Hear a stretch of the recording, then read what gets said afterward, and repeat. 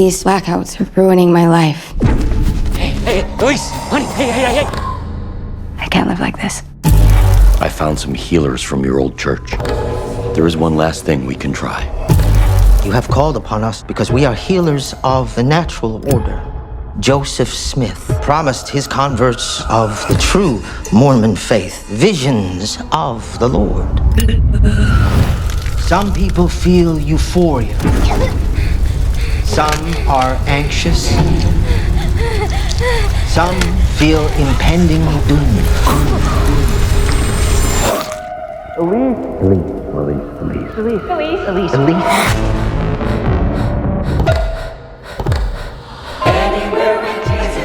There's lots of memories flooding in.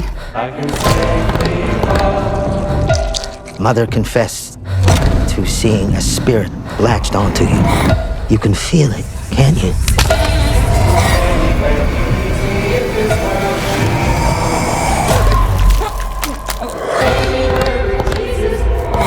Whatever that thing was, it's free now. How does it feel? How does it feel? Do you feel Heavenly Father? Mercy is grace! Flesh give birth to flesh. Spirit birth to spirit. Help me! Help me! Help me!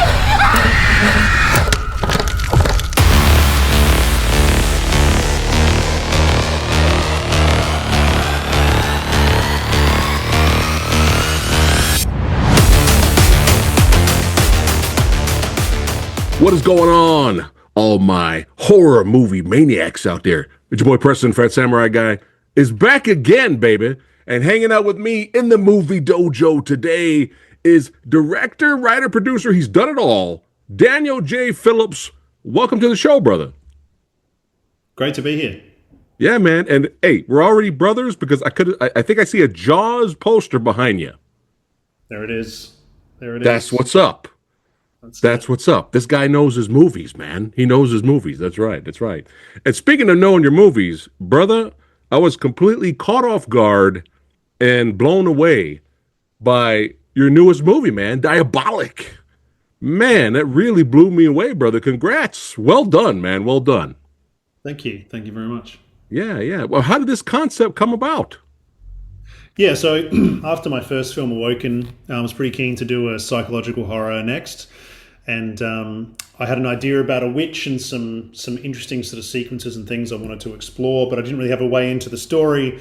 And then I met Mike Harding through our management. We have the same manager, and he had this idea about the FLDS because his wife Tisha, who's also contributed to the story of the film, she actually lived inside the Mormon church and was excommunicated and had this true life experience that we tell her story in the movie. So those true elements are that really happened, not the witch stuff, obviously, but the stuff with the FLDS and everything that was all Tisha's story. So Mike and I kind of combined those two elements together and created Diabolic out of that.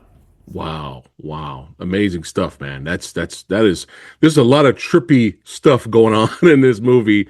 Great. I mean, you got the suspense in here. You got a little bit of the gore in there for us gore hounds. We love that stuff. That's why we're here.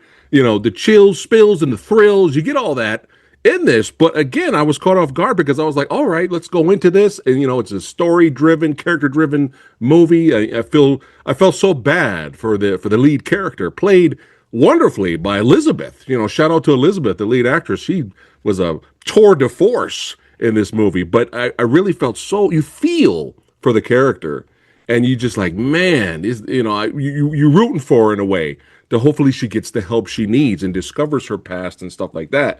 And was not expected at all for the slap in the face.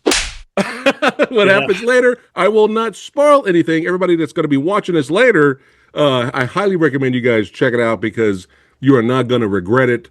But man, I am a fan of a lot of similar themed movies. I mean, there's 5 billion different genres out there of horror, right? You got the creature features, you got the slashers, right? But then you have the cult films, and some of my favorites is, you know, the OG original Wicker Man, son. That's right, the original Wicker Man. Come on now. Yeah, I'm not gonna mention the Nicolas Cage one. We'll just keep moving forward on that one. But it's good bad. The Nicolas Cage one is good bad. You can find some fun out of that one. Not the bees. You know, you can find some fun out of that one. But you know, and most recently Hereditary and stuff like that. But what are some of your favorite cult themed horror movies? And you can't say Diabolic.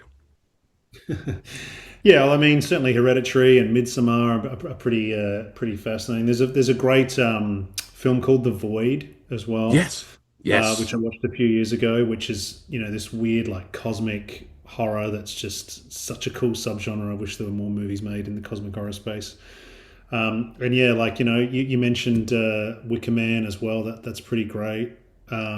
Kill List as well is really cool. So, like, I think there's certainly a lot of stuff that's out there, but nothing ever done about the FLDS. Nothing ever done about the Fundamentalist Latter-day Saints. So, yeah, for me, this is, you know, you've opened up a whole new world here. I mean, this feels very original because, again, like you just said, I have not really seen a lot of that in other horror films at all. So this is like brand new for me. So you're learning as well as getting scared at the same time. But you just said Kill List. We're brothers. All right. Kill List, son. Yeah, I really enjoyed that one as well, man. But man, dude, this movie, the suspense, the cinematography is on point. It's beautiful to look at.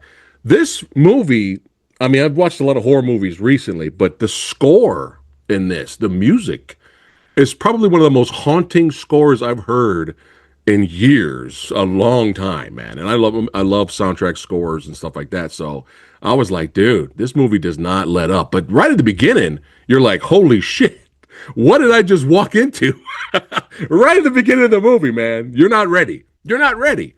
But again, the movie, I mean, you've done such a great job, you and your team, of picking the quiet moments and telling the story and letting it develop. And man, woo, what a finale, man. I don't know. I mean, personally, everyone's different. Everybody's different. For me personally, I had a big smile on my face by the end of the movie. That's what I'm sorry. That's Oh yeah, right. I'm sorry. That's just me. You know, that's just me. I'm sure whenever I get around to showing this movie to my wife, she's gonna have the same Joker grin by the end of the movie because she likes these kind of movies as well. But yeah, man. I mean, what's some other type of horror genres you enjoy? Well, I mean, psychological horror is always going to be the best for me. I think I love that, you know, the slow burn stuff. I think certainly The Shining's one of my all-time favorite movies ever. Let's That kind go. of, you know, the slow, like movies that always focus more on tone and vibe. I think those are the difficult things to kind of put together. Jump scares are difficult to design properly as well. Good ones are, but I think they're not as hard as maintaining a tone of dread and movies that really get under your skin and make you think more about them later on. So I think those are the types of films that sort of resonate with me in the horror space, certainly. Yeah. Oh yeah, yeah. I mean, the ones that make your hairs stand up. You know what I mean? So, man, you know, and you know, we just bought the big, huge, extended 4K Blu-ray box set of Alfred Hitchcock. You know, because we love that suspense. We love those kind of movies over here. So Psycho and all that stuff. But man, again, I appreciate, brother, you not putting in 5 billion jump scares in the movie. I appreciate that. Thank you so much for not doing that. Oh, you're welcome. Well, yeah, I think you know, you've got to space those out, and in order for them to work, if it's got to be dynamic, you can't have them all the time. So there's definitely a few in there. There's one in particular I know will get everybody, no matter how cool they think they are at avoiding jump scares, because we trick you. It got me. I admit it. It got me. But then right afterwards, I started laughing hysterically, which is what you do. It's supposed to have fun. It's a horror movie. Yeah. Yeah, and that's it. I hope people have a lot of fun watching the movie and come out of it, you know, feeling good and asking some questions about some of the themes. That's kind of the goal there. Copy that. Is there going to be any festival premieres, or you've already done that? You've already put it out there? No, we've already done that, but it does open in cinemas on Friday the 13th, and which is the perfect look at that. You've already got the shirt for us. There you go. Let's go.